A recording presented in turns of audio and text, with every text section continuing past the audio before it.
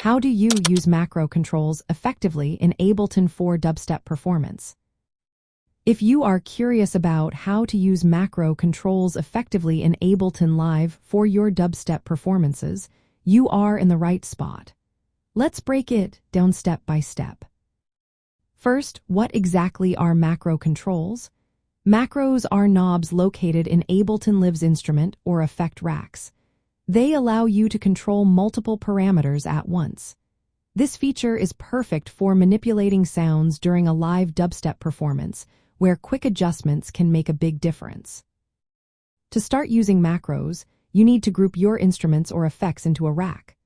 Once you have your rack set up, you can assign various parameters to the macro knobs. For dubstep, you might want to link filter cutoff frequencies, distortion amounts, or oscillator detune settings. For example, if you connect filter cutoff and oscillator detune to one macro knob, you can open the filter and add richness to your sound simultaneously.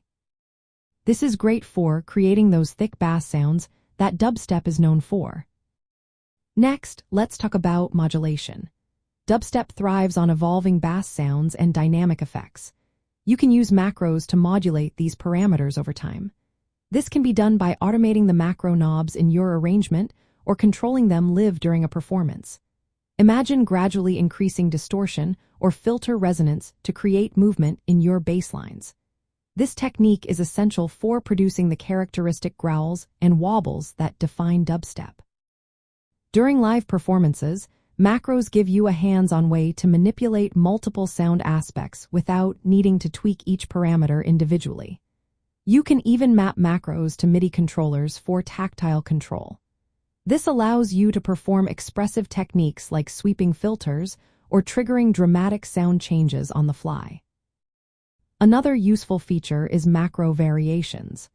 Ableton Live allows you to save different macro settings as variations within a rack.